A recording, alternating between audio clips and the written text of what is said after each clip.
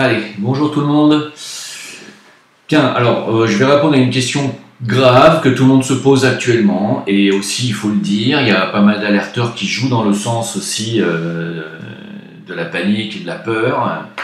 On attise les peurs pas mal en ce moment, alors on me le reproche, on dit que c'est moi qui le fais.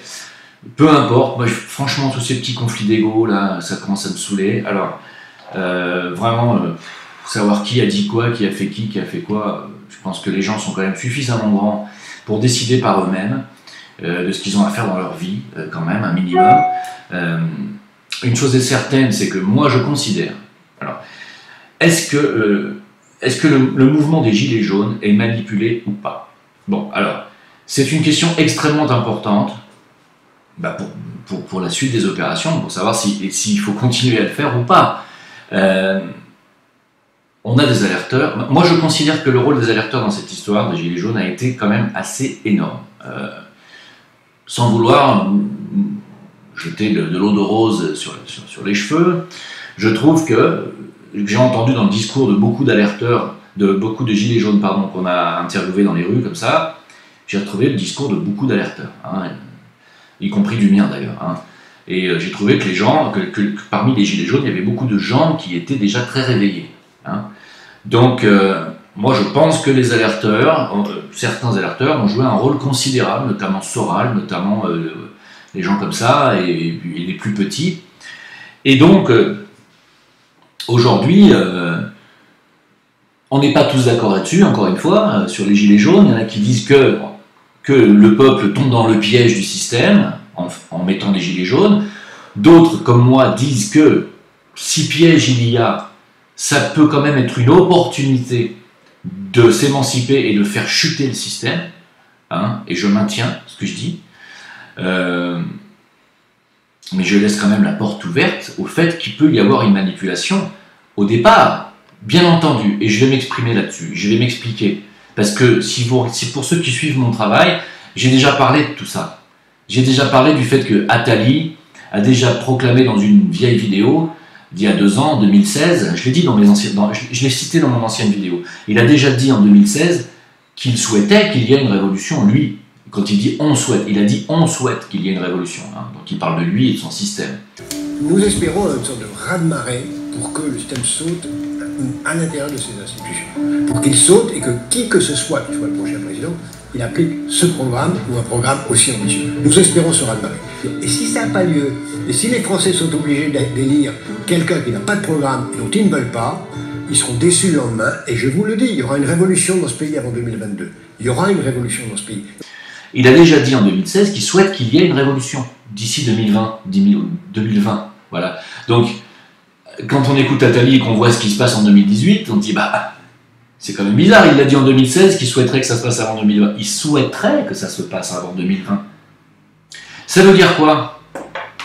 Ça ne veut pas dire que c'est automatiquement Attali et ses sbires qui ont fomenté le mouvement des Gilets jaunes. Ça veut dire que tout est fait, effectivement, depuis des décennies, pour que les gens arrivent à ce résultat-là de se rebeller. C'est-à-dire que tout ce que fait Macron, là, en ce moment, et avant lui, hein, toutes les hausses de prix, etc., et la chute du pouvoir d'achat, l'augmentation de l'énergie, et puis le fait qu'il distribue les richesses aux riches et qu'il enlève aux pauvres, hein, c'est l'inverse de Robin des Bois. Tout ça, tous les présidents l'ont fait depuis Mitterrand. Tout est fait pour qu'aujourd'hui on arrive à un tel point que les gens n'aient plus d'autre choix que d'aller dans la rue, d'accord? Donc s'il y a manipulation, elle est là. Elle est là, c'est-à-dire qu'effectivement on fait tout ce qu'il faut pour pisser sur le peuple, l'affaiblir, l'appauvrir et faire en sorte qu'il aille dans la rue. La manipulation, elle est là. Elle n'est pas ailleurs, d'accord? Maintenant, personne n'aurait pu dire où et quand ça allait commencer, d'accord? Mais effectivement, tout est fait pour que les gens aillent dans la rue et gueuler. Clairement, c'est fait exprès. Ça, je le dis, je l'ai toujours dit, ça fait des années que je le dis. Je dis, il y aura ou une guerre civile ou une révolution. Finalement, j'étais d'accord avec Attali. Hein. Et ça fait des années que je le dis pour ceux qui suivent mon travail. C'est ce qui se passe. Et je suis heureux que ça se passe. Parce qu'il y a, primo, bien entendu qu'il n'y a pas d'autre choix. Qu'est-ce qu'il faut faire alors? Alors attendez, expliquez-nous. Qu'est-ce qu'il faut faire? Donc pour ceux qui disent, mais on est dans le piège du système, mais tiens, on est dans le piège du système. Bon. On est dans le piège du système. Alors qu'est-ce qu'il faut faire? qu'est-ce qu'il faut faire? Vous êtes dans un bateau en train de couler, d'accord? On vous dit, faites gaffe, si vous prenez les gilets de sauvetage, ils sont crevés, vous allez couler aussi. Ça ne va pas tenir plus de 4 jours, parce qu'un gilet de sauvetage, vous ne pouvez pas rester à flot plus de 4 jours, par exemple. Hein. Alors faites attention, hein, parce que si vous sautez du bateau et que vous allez avec un gilet de sauvetage à la mer, au bout de 4 jours, vous coulez. T'as le choix, Coco, quand ton bateau il coule, tu fais comment? Tu prends ton gilet, tu vas à l'eau. Hein. Parce que t'as pas le choix, ton bateau il coule. Tu comprends? Et là, c'est ce qui se passe. Les gilets jaunes sont des gens qui n'ont plus le choix. Le bateau coule. Ils ne peuvent plus payer les loyers, ils ne peuvent plus boucler les fins de mois, ils ne peuvent plus nourrir leurs enfants. On y est, le bateau coule. Donc ils mettent un gilet, ils sautent à la mer. Et même s'ils n'ont que 4 jours de survie, alors 4 jours de survie c'est métaphorique, ça peut être 4 samedis noirs, 4 samedis de rébellion sur Paris par exemple. Tu es obligé de le mettre ton gilet et tu es obligé de sauter à l'eau. Maintenant le piège, et là je vais être d'accord avec les alerteurs qui disent on est dans le piège. Effectivement, on est dans un piège, comme le piège d'Attali, puisqu'il a dit il faudrait une révolution, on y est. C'est ce qu'Attali attend et son système attendent. Que les gens aillent dans la rue pour qu'ils puissent eux derrière, hein, ça c'était la suite d'Attali, qu'ils puissent eux derrière passer leur programme politique, qui est dans le bouquin d'Attali, qu'il présente d'ailleurs comme une relique. Quel est ce programme? C'est le programme du Nouvel Ordre Mondial. Hein. Et effectivement, on est dans un piège. Mais les gens sont dans un piège qui, pour l'instant, est ouvert. Ce piège est ouvert. Maintenant, je vais vous dire, pour pas que ce piège se referme sur les gilets jaunes et se referme sur le peuple et sur les gens, parce que c'est quand même le peuple qui décide. Et si le peuple se met en colère en masse, et je l'ai toujours dit, avec un éveil massif, on change tout. Et le système dégage du jour au lendemain. Et tout le monde le sait. On est pour l'instant dans un piège ouvert. On invite les gens à venir sur Paris. On les invite, on les emprisonne avec les CRS, on utilise les forces de l'ordre pour leur mettre la pression, pour essayer de leur faire peur, etc., etc. Ça ne marche pas. Bon, ce piège reste ouvert. Maintenant, les gilets jaunes et le peuple qui soutient les gilets jaunes à majorité ont 2 options. Ou ils tombent dans le piège de la violence et de l'affrontement avec les forces de l'ordre, des casseurs, tout ce que vous voulez, et le piège se refermera sur eux. Parce qu'à ce moment-là, ça va être une dictature qui va passer définitivement, hein, pour éviter cette violence dans l'avenir. Et d'ailleurs, si vous écoutez Macron, il ne met l'accent que sur la violence, il n'a jamais parlé ni répondu aux questions de fond des Gilets jaunes. Normal, la question de fond des Gilets jaunes, c'est que Macron dégage. Bon. Maintenant, la deuxième option des Gilets jaunes, c'est de ne surtout pas, et là j'insiste bien là-dessus si jamais on pouvait m'écouter, ne surtout pas tomber dans le piège de la violence. Rester non violent est pour moi la condition absolument absolue pour que le piège ne se referme pas sur nous, sur vous. Et c'est marrant parce qu'hier, j'étais chez un pote, j'ai zappé un peu puisqu'il a la télé, et je tombe sur quoi? C'est quand même hallucinant. Hein. Je tombe sur Gandhi, le film Gandhi, et je tombe sur le passage où il dit à son peuple que pour faire fuir les Anglais, les 2 seules façons, pour faire fuir la colonisation anglaise, les 2 seules façons, c'est de ne plus obéir, donc de pratiquer la désobéissance civique, de ne plus obéir, de ne plus consommer le sel vendu par les Anglais, alors qu'ils le récoltent gratuitement sur les plages indiennes, donc de ne plus consommer ce que les Anglais proposent, de ne plus acheter les fringues que les Anglais leur vendent, parce que les Anglais prenaient le textile des Indes, allaient fabriquer les fringues en Angleterre et revendaient les fringues aux Indiens, aux Hindous. C'est quand même la meilleure, ça. Bon, on fait pareil en Afrique, hein, je vous le dis direct. Et donc, Gandhi a dit, voilà, vous cramez tous les fringues qui viennent d'Angleterre, vous les portez plus, vous achetez plus le sel des Anglais, et vous leur désobéissez. Et quand ils veulent vous frapper, vous vous laissez faire. Ça a fonctionné, hein. Alors ils en ont pris plein la tronche, hein. Mais ça a fonctionné. La résistance pacifique a fonctionné. Et aujourd'hui, on en est là. Et c'est une révolution à la Gandhi qu'il faut faire dans ce pays, et j'en démordrai pas. Certes, ça peut passer par il peut y avoir des bavures, évidemment, il y aura toujours des exceptions dans les provocations qu'on trouve, voilà. Mais il faut, et c'est vraiment l'exemple à suivre, mais moi je lâcherai pas ça. Il faut absolument se tenir à une révolution pacifique et à faire en sorte que la police, finalement, se trouve confrontée à un mouvement qui résistera, hein, c'est-à-dire qui leur montrera que Vous pouvez frapper, on s'en fout. Alors, portez des rembourrages de hockey sur glace, hein. Allez-y, rembourrez, hein. Attendez-vous à prendre des coups. Allez-y avec des casques, hein. Mais ne répondez pas. Faites-les reculer, dites-leur, on s'en fout, on ne bougera pas. Et là, vous gagnerez, parce que la police finira par venir de votre côté, parce qu'eux sont épuisés. Parce qu'en ce moment, il commence à y avoir en plus des émeutes en banlieue, etc., etc. Et là, ils vont être crevés de chez crevés. Donc, ne frappez pas sur les flics, ne frappez pas sur les CRS, même si on a envie tous, hein, parce que ce qu'ils ont fait est inadmissible, ce qu'ils font est inadmissible. Mais faites-les venir du bon côté. Voilà. Et tout ça pour dire quoi? Tout ça pour dire que est-ce que cette manifestation est manipulée? Voilà, oui, il y a une manipulation de fond, hein. Le but du jeu, bien sûr, est d'emmener les peuples dans la rue pour ensuite leur dire « Vous inquiétez pas, on a une solution ».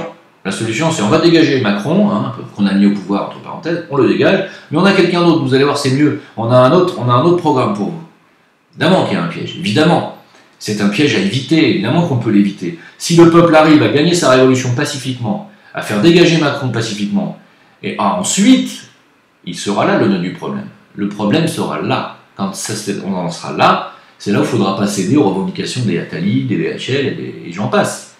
C'est là où il faudra être intelligent et suivre les gens comme Étienne Chouard, les gens qui demandent à ce qu'on réécrive la Constitution, à ce qu'on instaure une vraie démocratie, ce qui n'est plus le cas, et bien entendu une sortie de l'Union européenne qui est une condition sine qua non pour qu'on retrouve la souveraineté. Car en ce moment, Macron et Merkel sont en train de détruire définitivement et de transférer définitivement les souverainetés nationales à Bruxelles, hein, pour ceux qui n'ont pas compris. Une fois que ça sera fait, ça va être difficile de revenir en arrière. Hein. Donc là, ce qu'il faut absolument, c'est ça. C'est faire partir Macron de manière pacifique et surtout derrière, réécrire la Constitution. Et surtout pas laisser les Attali mettre leurs pattes dedans.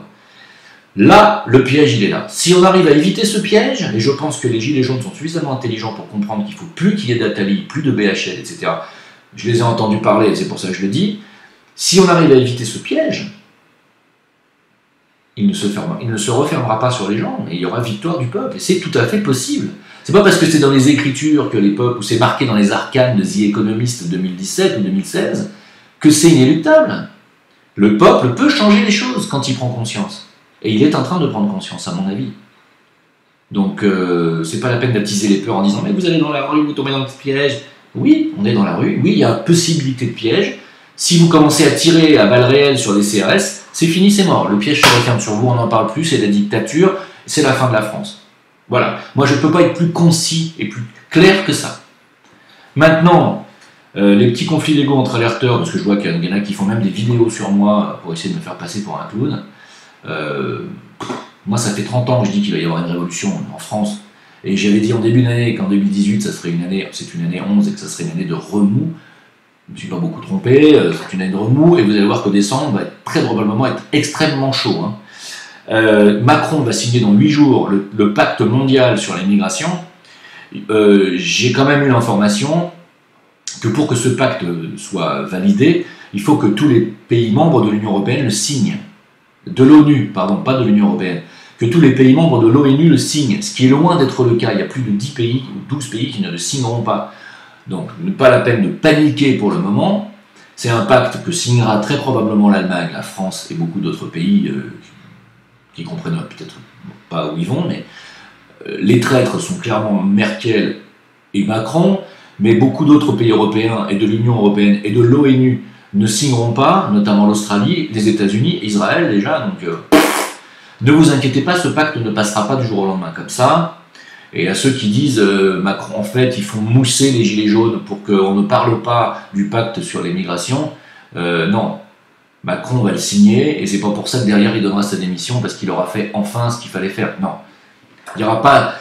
Pour qu'il y ait 400 millions de migrants en Europe demain matin, il faut que tous les pays membres de l'ONU signent ce pacte, ce qui n'arrivera pas le 10 et 11 décembre à Marrakech. Voilà, je vous le dis. Donc il ne faut pas non plus paniquer. Par contre, ce pacte est réel, existe, et tôt ou tard, ils finiront par l'appliquer. Tôt ou tard. C'est pour ça qu'il faut empêcher Macron de le faire. Et il faut commencer à en parler. Bien sûr, les médias n'en parlent pas. Hein.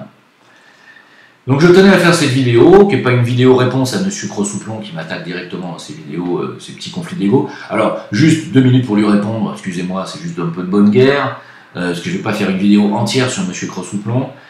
Monsieur Crossouplon a dit que j'avais le melon, que j'avais un énorme ego. Mais par contre, il supprime mes coms et mes commentaires sur ses vidéos à lui. Il supprime les commentaires de tous les gens qui ne vont pas dans son sens. Il refuse le dialogue avec moi. Je l'ai invité 10 fois sur Discord, il n'est jamais venu. Je l'inviterai même sur un hangout pour faire un live en direct. Je suis sûr qu'il ne viendra pas, parce qu'il a dit dans sa vidéo récente qu'il ne fallait pas mélanger les torchons et les serviettes, qu'on n'était pas du même niveau d'analyse, lui et moi. Alors en tant que torchon, cher monsieur Christophe Crossouplon, je suis désolé d'avoir fait perdre votre temps, de vous avoir fait perdre votre temps à faire une vidéo de 17 minutes sur ma pomme en tant que torchon. Excusez-moi, vous êtes une serviette, magnifique serviette. Effectivement, nous ne sommes pas du même niveau, hein, c'est clair, et vous êtes clairement au-dessus de moi. Hein. Donc il n'y a pas de problème. Moi, j'ai aucun ego là-dessus, et visiblement, vous ne savez pas ce que c'est que l'ego. Hein. L'ego, c'est pas refuser un débat avec quelqu'un qu'on considère comme inférieur. Non. Moi, j'ai eu des débats avec beaucoup de gens qui n'avaient pas de culture ni de quotient intellectuel, et ça m'a jamais dérangé. Au contraire, parce que quand les gens sont inférieurs, débattre c'est bien parce que vous leur apportez des choses. Hein. Donc moi, je serai inférieur à vous, donc venez m'apporter des choses. Soyez charitable. Venez donc venez m'apprendre, venez m'enseigner votre savoir au maître.